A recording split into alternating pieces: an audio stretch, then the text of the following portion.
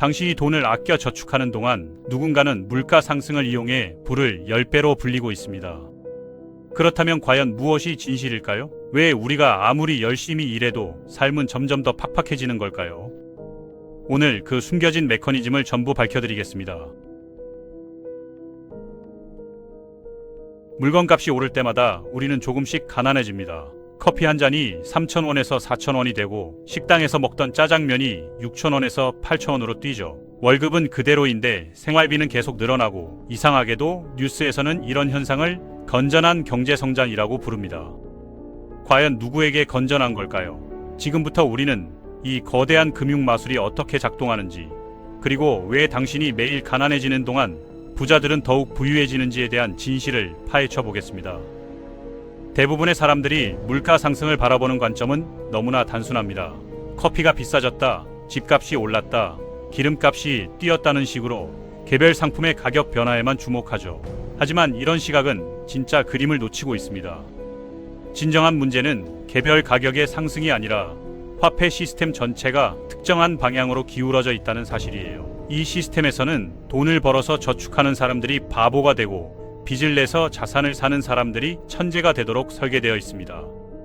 어느 날 갑자기 가장 좋아하던 초콜릿 가격이 3,000원에서 2,000원으로 떨어졌습니다. 아이스크림도 4,000원에서 3,000원이 됐고 즐겨 먹던 치킨도 3만원에서 2만원으로 내려갔죠. 처음엔 기분이 좋았습니다. 같은 돈으로 더 많은 것들을 살 수 있게 됐으니까요. 하지만 몇 달이 지나자 이상한 일들이 벌어지기 시작했습니다. 회사에서 월급이 깎였고 주변 상점들이 하나둘 문을 닫기 시작했어요. 실업자가 늘어나고 경기가 침체되었죠. 이것이 바로 디플레이션의 무서움입니다. 물가가 내려간다고 해서 반드시 좋은 것은 아니에요. 경제학자들이 온화한 인플레이션을 선호하는 이유가 여기에 있습니다. 하지만 과연 그들의 말을 그대로 믿어도 될까요? 그런데 왜 이런 일이 벌어지는 걸까요? 답은 1971년으로 거슬러 올라갑니다. 그해 8월 15일 닉슨 대통령이 한 가지 결정을 내렸는데 이는 인류 경제사에서 가장 중요한 분수령이 되었습니다. 바로 달러와 금의 연결고리를 완전히 끊어버린 것이죠. 이 순간부터 돈은 더 이상 고정된 가치를 갖지 않게 되었습니다. 정부와 중앙은행이 원하는 만큼 돈을 찍어낼 수 있게 된 거예요. 이전까지만 해도 달러를 발행하려면 그에 상응하는 금을 보유하고 있어야 했는데 이제 그런 제약이 사라진 것입니다. 닉슨은 이 조치가 일시적이라고 말했지만 50년이 넘은 지금까지도 근본 위제는 복귀되지 않았습니다. 왜냐하면 이 시스템이 정부와 금융권에게는 너무나 달콤한 권력을 안겨주었기 때문이에요. 무에서 유를 창조할 수 있는 마법 같은 권력 말입니다. 이런 변화가 일반인들에게는 어떤 의미일까요? 간단한 예를 들어보겠습니다. 1971년에 100달러로 살 수 있었던 물건들을 지금 사려면 약 700달러가 필요합니다. 53년 동안 달러의 구매력이 85% 이상 사라진 거죠. 그런데 이 기간 동안 평균 임금은 어떻게 변했을까요? 물가 상승률을 따라잡지 못했습니다. 1971년 미국의 최저임금은 시간당 1.6달러였는데 구매력 기준으로 계산하면 지금의 11달러 정도에 해당합니다. 현재 연방 최저임금은 7.25달러에 불과해요. 반면 부동산, 주식, 금 같은 자산들의 가치는 어떻게 됐을까요? 천정부지로 치솟았습니다. 1971년 금 가격은 온스당 35달러였지만 지금은 2,000달러를 넘나들고 있어요. 부동산도 마찬가지로 수십 배 상승했습니다. 이것이 바로 현대 경제의 핵심 메커니즘입니다. 돈의 가치는 계속 하락하지만 그 하락의 충격은 모든 사람에게 똑같이 전달되지 않아요. 새로 찍어낸 돈을 가장 먼저 받는 사람들은 아직 그 돈의 구매력이 희석되기 전에 사용할 수 있습니다. 은행들, 대기업들, 정부기관들이 바로 이런 특권을 누리죠. 반면 일반 근로자들이 임금을 받을 때쯤이면 이미 그 돈의 가치는 상당히 떨어진 상태입니다. 18세기 경제학자 칸티용이 발견한 이 현상을 칸티용 효과라고 부르는데 이는 현재까지도 변하지 않은 경제의 철칙이에요. 칸티용 효과를 더 구체적으로 설명해 보겠습니다. 중앙은행이 시장에 1조 달러를 공급한다고 가정해 봅시다. 이 돈은 먼저 주요 은행들에게 전달되고 은행들은 이를 대기업과 부유한 개인들에게 저금리로 대출해 줍니다. 이들은 아직 물가가 오르기 전에 부동산, 주식, 원자재를 구매할 수 있어요. 그 다음 단계에서 중간 계층의 사업자들과 중소기업들이 이 돈에 접근하게 됩니다. 이미 일부 자산 가격이 오르기 시작했지만 아직 전반적인 물가 상승은 크지 않은 상태죠. 마지막에 일반 근로자들이 임금 인상의 형태로 이 돈을 받게 되는데 이때는 이미 모든 것의 가격이 올라 있는 상태입니다. 결국 같은 1조 달러라도 누가 언제 받느냐에 따라 그 가치가 완전히 달라지는 것이죠. 먼저 받는 사람은 더 저렴한 가격에 자산을 살 수 있고 늦게 받는 사람은 이미 비싸진 가격을 지불해야 합니다. 이것이 바로 인플레이션을 통한 부의 재분배 메커니즘입니다. 그러면 정부와 중앙은행은 왜 이런 시스템을 유지하는 걸까요? 답은 부채 때문입니다. 현재 전 세계의 정부들의 부채 규모는 상상을 초월합니다. 미국만 해도 연방정부 부채가 33조 달러를 넘어섰어요. 이런 천문학적인 부채를 정상적인 방법으로 갚는 것은 불가능합니다. 그런데 인플레이션이 있으면 이야기가 달라지죠. 매년 돈의 가치가 3에서 4%씩 떨어지면 실질적으로 부채 부담도 그만큼 줄어듭니다. 정부 입장에서는 세금을 올리거나 지출을 줄이지 않고도 부채 문제를 해결할 수 있는 마법 같은 방법인 셈이에요. 예를 들어보겠습니다. 정부가 1조 달러의 부채를 지고 있다고 가정해보죠. 만약 인플레이션이 전혀 없다면 10년 후에도 여전히 1조 달러를 갚아야 합니다. 하지만 연 3%의 인플레이션이 지속되면 10년 후 그 1조 달러의 실질 가치는 약 7,400억 달러 정도로 줄어들어요. 정부 입장에서는 아무것도 하지 않고도 2,600억 달러의 부채를 없앤 셈이죠. 이것이 바로 정부들이 인플레이션을 온화한 수준으로 유지하려고 하는 진짜 이유입니다. 국민들에게는 경제 성장을 위해서라고 설명하지만 실제로는 부채 탕감을 위한 수단인 것이에요. 더 교묘한 것은 이런 부채 탕감 비용을 국민들이 분담한다는 점입니다. 정부가 부채를 줄이는 대신 국민들의 저축 가치가 줄어드는 거죠. 세금이라면 국회의 승인이 필요하고 정치적 논쟁이 벌어지겠지만 인플레이션은 조용히 작동하기 때문에 대부분의 사람들이 그 실체를 깨닫지 못합니다. 그럼 은행들은 어떨까요? 은행들에게 인플레이션은 황금알을 낳는 거위와 같습니다. 인플레이션이 있으면 사람들이 돈을 저축하는 것보다 빌리는 것이 더 유리해지거든요. 은행 예금 금리가 2%인데 인플레이션이 4%라면 돈을 저축하는 사람은 매년 2%씩 손해를 보는 셈입니다. 그러니 사람들은 어쩔 수 없이 더 높은 수익을 찾아서 투자를 하게 되고 그 과정에서 은행에서 돈을 빌리게 되죠. 은행 입장에서는 예금으로 돈을 모으는 것보다 대출을 통해 이자 수익을 얻는 것이 훨씬 유리하니까 이런 상황을 환영할 수밖에 없어요. 더 중요한 것은 은행들이 새로운 돈을 창조하는 과정에서 얻는 이익입니다. 은행이 대출을 해줄 때마다 실제로는 없던 돈이 새롭게 만들어집니다. 이를 신용창조라고 하는데 현재 시중에 돌아다니는 돈의 90% 이상이 이런 방식으로 만들어진 것이에요. 은행들은 실질적으로 돈을 찍어낼 수 있는 권한을 가지고 있으면서 그 돈에 대해 이자까지 받는 놀라운 특권을 누리고 있는 거죠. 예를 들어 당신이 은행에서 1억 원을 빌린다면 은행은 실제로 1억 원을 어디선가 가져오는 것이 아니라 컴퓨터에 숫자만 입력하면 됩니다. 하지만 당신은 그 1억 원에 대해 연 5%의 이자를 30년간 내야 하죠. 결국 은행은 허공에서 만들어낸 숫자에 대해 실제 노동으로 번 돈을 받아가는 셈입니다. 이보다 더 완벽한 사기가 또 있을까요? 그런데 이것이 현재 금융 시스템의 핵심 메커니즘이에요. 이제 부유층들의 전략을 살펴보겠습니다. 그들은 인플레이션을 두려워하지 않습니다. 오히려 환영하죠. 왜냐하면 그들의 자산 포트폴리오는 인플레이션으로부터 자신들을 보호할 뿐만 아니라 오히려 더 큰 이익을 가져다 주기 때문입니다. 부동산을 예로 들어보겠습니다. 부자가 10억 원짜리 건물을 7억 원을 빌려서 샀다고 가정해 봅시다. 매년 4%의 인플레이션이 발생한다면 10년 후 그 건물의 가치는 약 15억 원이 됩니다. 반면 7억 원의 빚은 실질적으로 약 5억 원의 가치로 줄어들어요. 결국 그는 아무것도 하지 않고도 5억 원의 추가 이익을 얻게 되는 셈입니다. 여기서 중요한 포인트는 부자들이 고정금리로 장기간 돈을 빌린다는 것입니다. 인플레이션이 진행될수록 그들이 갚아야 할 돈의 실질 가치는 줄어들지만 자산의 명목 가치는 올라가거든요. 이것이 바로 좋은 부채를 활용한 레버리지 투자의 핵심입니다. 주식 투자도 마찬가지입니다.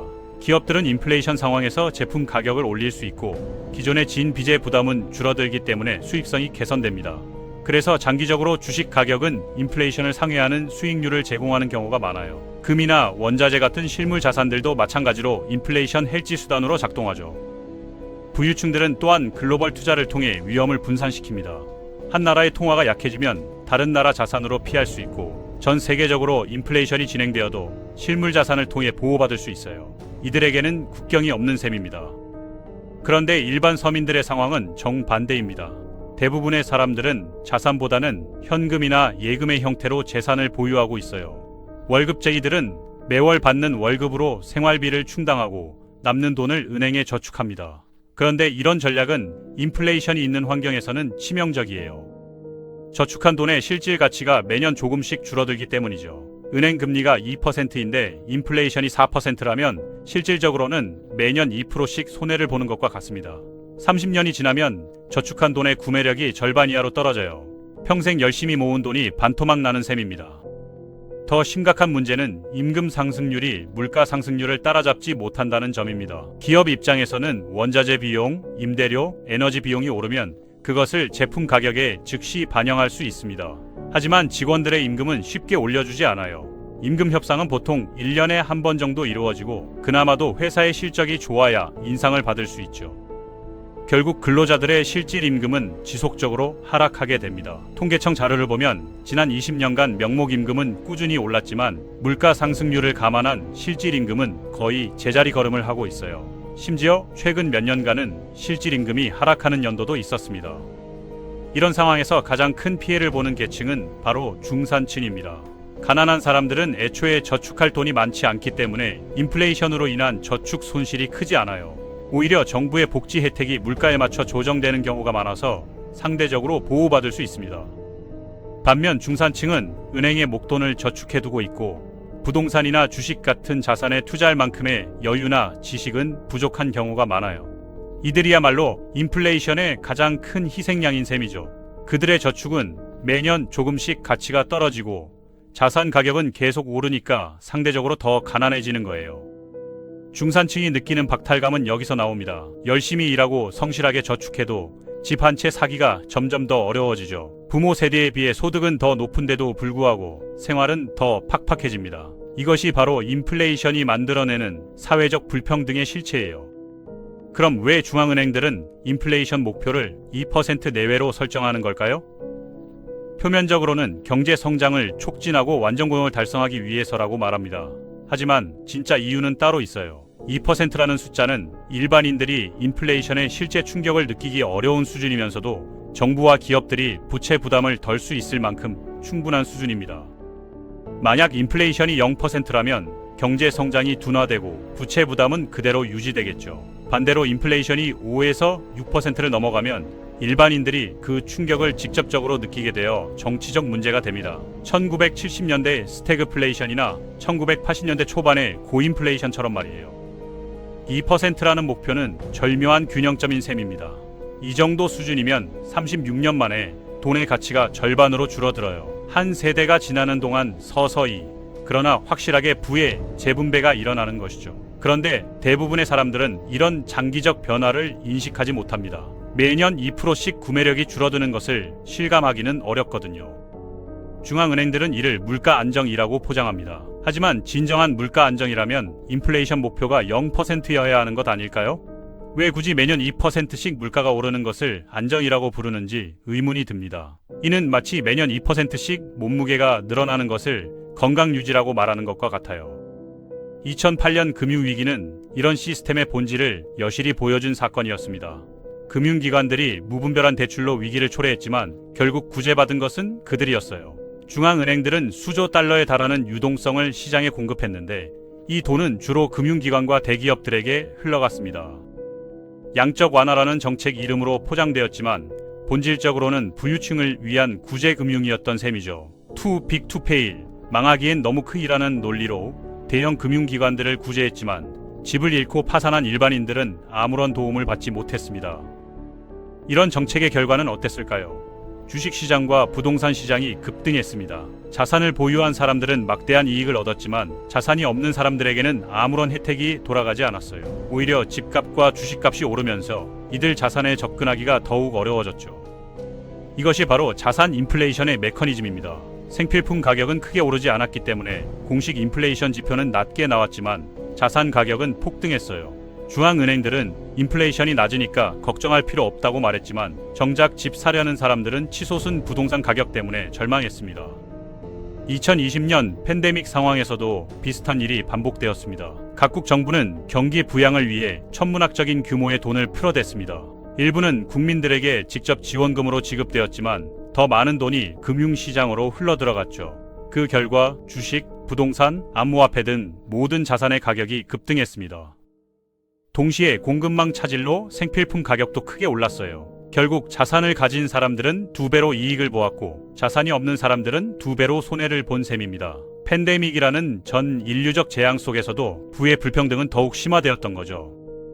미국의 경우 팬데믹 기간 동안 억만장자들의 자산이 2조 달러 이상 증가했습니다. 반면 수천만 명의 사람들이 일자리를 잃고 생계에 어려움을 겪었어요.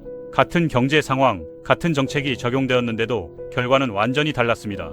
이것이 바로 금융 시스템이 만들어내는 구조적 불평등의 실체입니다. 이런 상황에서 개인이 할 수 있는 대응책은 무엇일까요? 가장 중요한 것은 인플레이션의 본질을 이해하고 그에 맞는 전략을 세우는 것입니다. 현금이나 예금에만 의존하는 것은 장기적으로 위험해요. 대신 인플레이션을 해지할 수 있는 자산들의 투자를 고려해야 합니다. 부동산, 주식, 원자재, 인플레이션 연동 채권 등이 대표적인 해지 수단이죠. 하지만 무작정 투자하는 것은 금물입니다.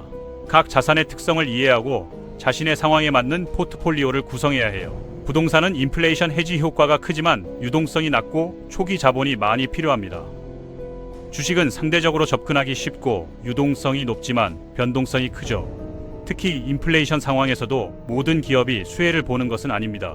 원자재 가격 상승으로 수익성이 악화되는 기업들도 있고 소비자들의 구매력 감소로 매출이 줄어드는 기업들도 있어요. 따라서 신중한 종목 선택이 필요합니다.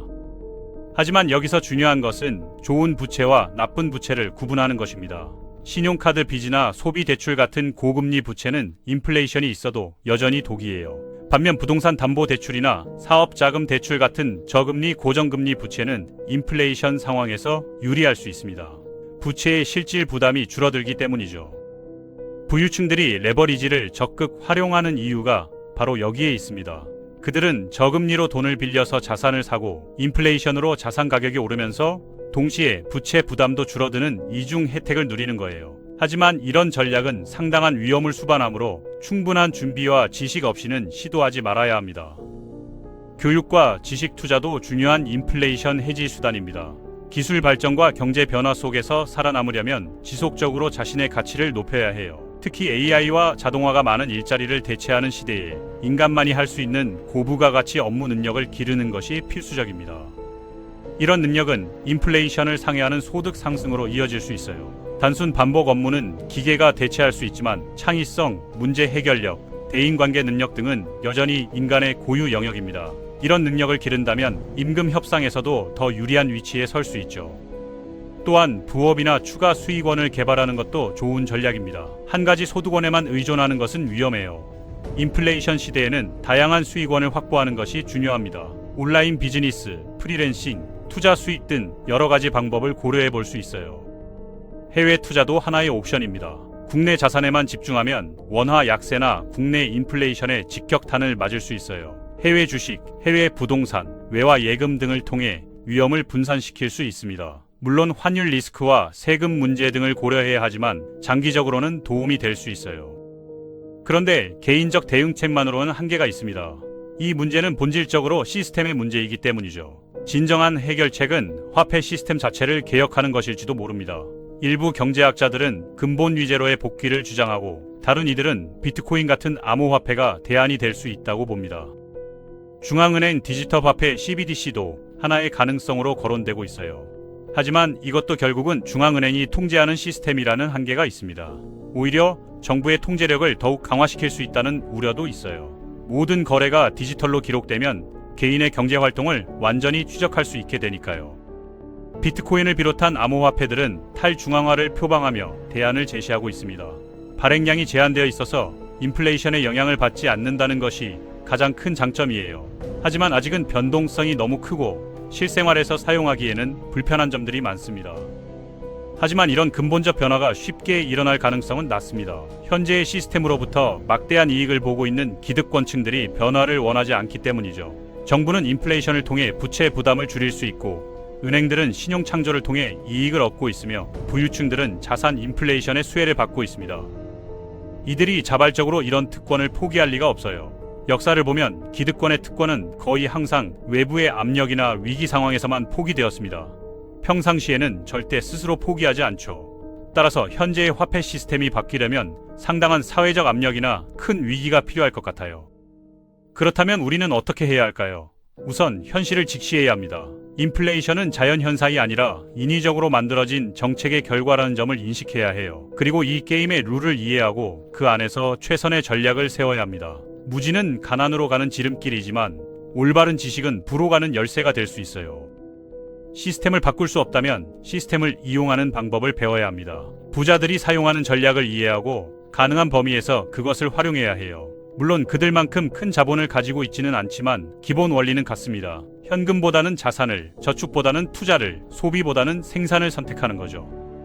동시에 정치적 관심과 참여도 중요합니다. 인플레이션 정책의 수혜자와 피해자를 명확히 구분하고 더 공정한 시스템을 요구해야 합니다. 중앙은행의 독립성이라는 미명하에 민주적 통제에서 벗어나 있는 통화 정책에 대해서도 더 많은 견제와 감시가 필요해요. 특히 젊은 세대들은 이 문제를 더욱 심각하게 받아들여야 합니다. 현재의 인플레이션 정책은 기본적으로 미래 세대로부터 현재 세대로 부를 이전시키는 메커니즘이거든요. 젊은 사람들이 평생에 걸쳐 치러야 할 비용으로 기성세대의 부채를 해결하고 있는 셈입니다. 교육 시스템도 바뀌어야 합니다. 경제와 금융에 대한 교육이 너무 부족해요. 대부분의 사람들이 고등학교를 졸업할 때까지도 인플레이션의 본질이나 투자의 기초에 대해 제대로 배우지 못합니다. 이런 상황에서는 금융 문맹률이 높을 수밖에 없고 그 결과 많은 사람들이 잘못된 재정 결정을 내리게 되죠. 역사를 돌아보면 화폐 시스템은 계속 변화해 왔습니다. 근본위제에서 브레튼우즈 체제로 그리고 현재의 자율변동환율제로 바뀌어 온 것처럼 미래에도 새로운 시스템이 등장할 가능성이 있어요. 중요한 것은 그런 변화의 물결을 미리 감지하고 준비하는 것입니다. 기술의 발전도 화폐 시스템에 큰 변화를 가져올 수 있습니다. 블록체인 기술, 인공지능, 사물 인터넷 등이 결합되면서 전혀 새로운 형태의 화폐와 결제 시스템이 나타날 수 있어요. 이런 변화에 뒤처지지 않으려면 지속적인 학습과 적응이 필요합니다. 또한 글로벌 경제의 변화도 주목해야 합니다. 미국 달러의 기축통화 지위가 영원히 지속될 것이라는 보장은 없어요. 중국의 위안화, 유럽의 유로화, 심지어는 암호화폐가 새로운 기축통화가 될 가능성도 있습니다. 이런 변화가 일어나면 현재의 인플레이션 메커니즘도 크게 바뀔 수 있어요. 환경 문제와 지속 가능성도 화폐 시스템의 변화를 이끌 수 있는 요인입니다. 현재의 성장 중심 경제 모델이 환경 파괴를 가속화하고 있다는 비판이 커지고 있어요.